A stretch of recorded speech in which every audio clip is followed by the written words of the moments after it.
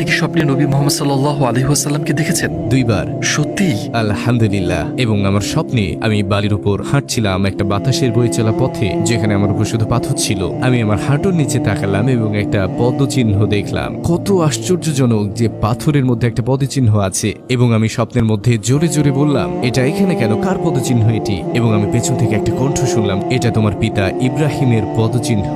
আমি বললাম, আমার বাবার নাম ইব্রাহিম নয়। তিনি বললেন, নবী ইব্রাহিম। আমি ঘুরে দাঁড়ালাম এবং সুবহানাল্লাহ, তিনি সেখানে ছিলেন, রাসূলুল্লাহ সাল্লাল্লাহু আলাইহি ওয়াসাল্লাম। আমি তার কাছে পৌঁছানো ঠিক আগে আমি চাচ্ছিলাম হাঁটু গেড়ে বসে তাকে আলিঙ্গন করতে, কিন্তু স্বপ্ন শেষ হয়ে গেল। তো আমি সেই স্বপ্ন থেকে জেগে উঠলাম তাকে আবার স্বপ্নে দেখার আকাঙ্ক্ষা নিয়ে। এবং বহু বছর পরে আমি দেখলাম, এবং আমি মরুভূমিতে ছিলাম আর দূরের দিকে দেখলাম তিনি আমার হাত ধরে বললেন, আমি চাই তুমি আরো মানুষের সাথে দেখা করো। তিনি বসে পড়লেন আর আমি ঠিক তার পাশেই বসলাম। তারপর তিনি বললেন, এখানে দেখো, এখানে আছেন আবু বকর সিদ্দিক। তিনি বললেন, আর এখানে আছে উমর ইবনে আল খাত্তাব, এবং এটা উসমান বিন আফফান, আর এটা আলী বিন আবি তালিব। তারা সবাই তোমাকে ভালোবাসে। স্বপ্নের মধ্যে ভাবছিলাম, কেন তারা আমাকে ভালোবাসে? আমি তো কেউ নই, কেন ভালোবাসে? কিন্তু আলহামদুলিল্লাহ, এটা ছিল আমার জীবনের অন্যতম সেরা স্বপ্ন।